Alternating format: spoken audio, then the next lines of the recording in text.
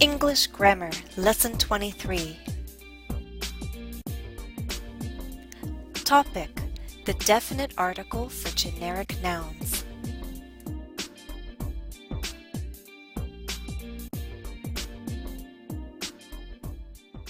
You may know that I play the accordion and the piano. I have an electronic keyboard. It's not a real piano, but for me, it's just as good. Now, in this house, we also have a ukulele. But the funny thing is, nobody in my family plays the ukulele. Least of all me. You just heard 3 examples of generic nouns. I play the piano, I play the accordion, I don't play the ukulele. So what is a generic noun? Well, consider just the one sentence, I play the piano. Am I talking about a specific piano? No. Is there any particular piano I can't play? No. So a generic noun is not a specific noun. We're not talking about any particular person or thing. Instead, we're talking about any and all members of a category or of a group. I play the piano means I play any and all pianos. It may seem confusing that both the definite and indefinite article can be used to make general statements about musical instruments. But let me show you one difference. To express piano as a category of instruments, we can use the definite article, as in I play the piano.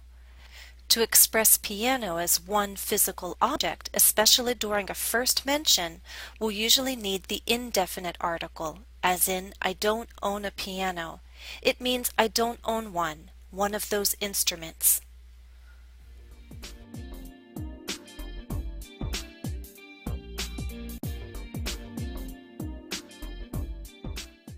There have been many great inventions for the home, especially for the kitchen. Think about it. The oven, the microwave, the toaster oven. The dishwasher is a wonderful invention, I think. But probably the most significant invention for the home and for the kitchen is the refrigerator. Let's talk about the difference between the refrigerator and a refrigerator, because both articles can be used to make general references to inventions. The refrigerator is an invention. So to talk about refrigerator as a category of inventions, a group of kitchen appliances, we can use the definite article, as in, the refrigerator is the most significant invention for the home. We're talking about any and all refrigerators.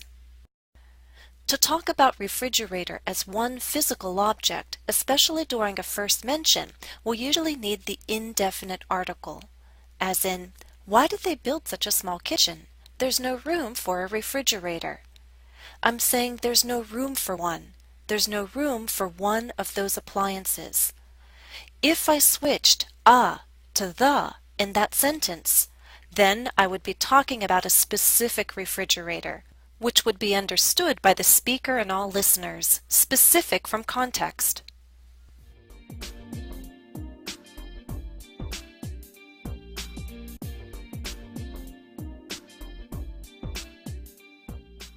For my son's 5th birthday, my husband and I decided to buy him 5 tropical community fish. That means these fish are not aggressive. What we didn't know, unfortunately, is that the black molly, this all-black one, is a very sensitive fish. The black molly actually prefers 20 or 30-gallon aquariums. To talk about black molly as a class of fish, a type of fish, we can use the definite article, as in, the black molly is a sensitive fish.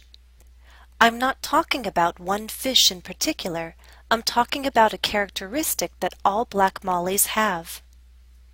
Now, if I do want to talk about black molly as one fish, I'll likely need the indefinite article. We bought a black molly without knowing it would need a big aquarium. We bought one. We bought one of those kind, one member of that class. Let me make an important note. So far, I've shown that for musical instruments, inventions, and animals, we can create generic nouns by using the plus a singular count noun. We do have a second choice. We can use the zero article plus a plural count noun. The two sentences that you see here have the same meaning. The black molly is a sensitive fish. Black mollies are sensitive fish. The difference is in formality. The first sentence sounds more formal. It's what you would read or hear in a scientific or academic context. The second is more common in everyday speech. These patterns are generally true of animals, inventions, and musical instruments.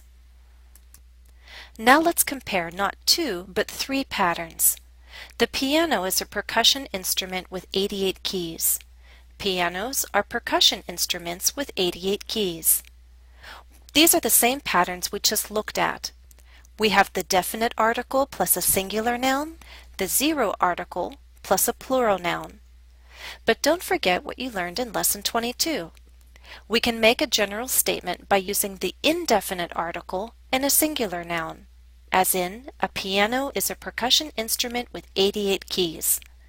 This last sentence, to my ears, sounds most like a dictionary definition. Now remember, I'm teaching you patterns, guidelines, not fixed rules that can't be broken, because we'll always find exceptions. For example, I play the piano. When we talk about playing musical instruments, we can only use the. The other two structures aren't possible.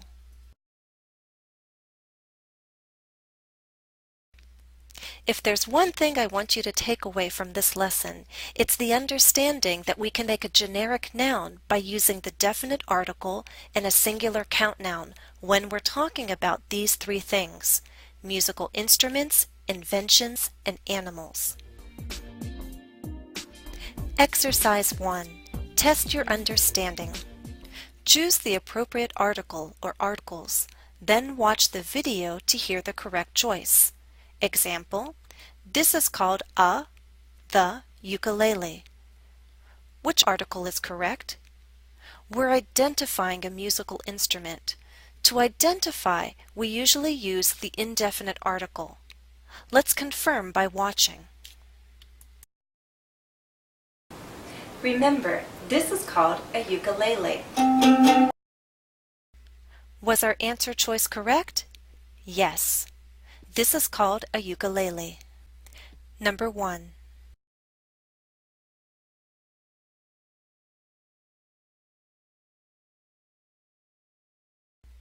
Now watch the video. Can I play the ukulele? No, I can't play the ukulele. I have a ukulele, but I can't play the ukulele.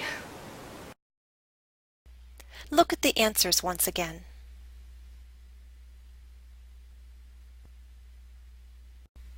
Number 2.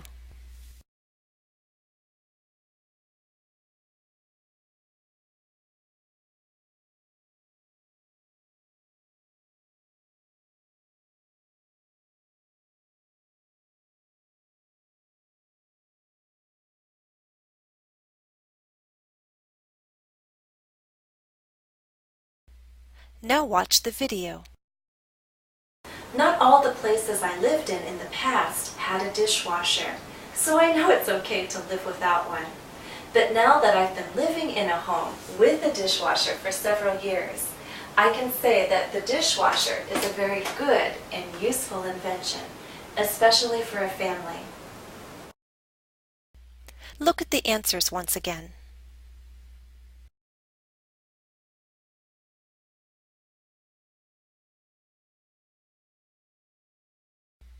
Number 3.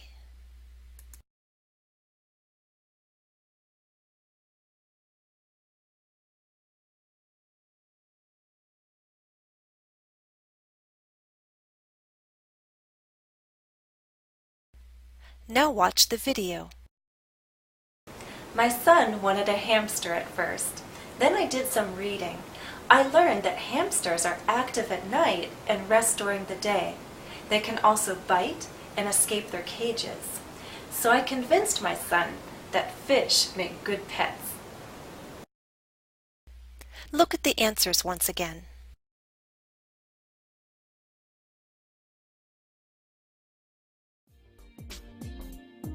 Exercise 2. Give your opinion. Answer the questions. Explain your answers. If you're working with a partner, take turns asking the questions. If you're studying alone, write down your answers. 1. What is the most significant invention? The telephone, the car, or the computer?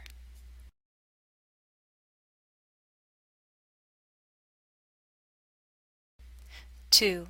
Which animals do humans hunt the most? Whales, deer, or ducks?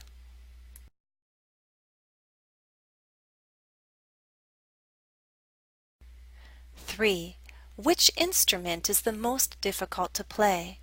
The drums, the flute, or the harp?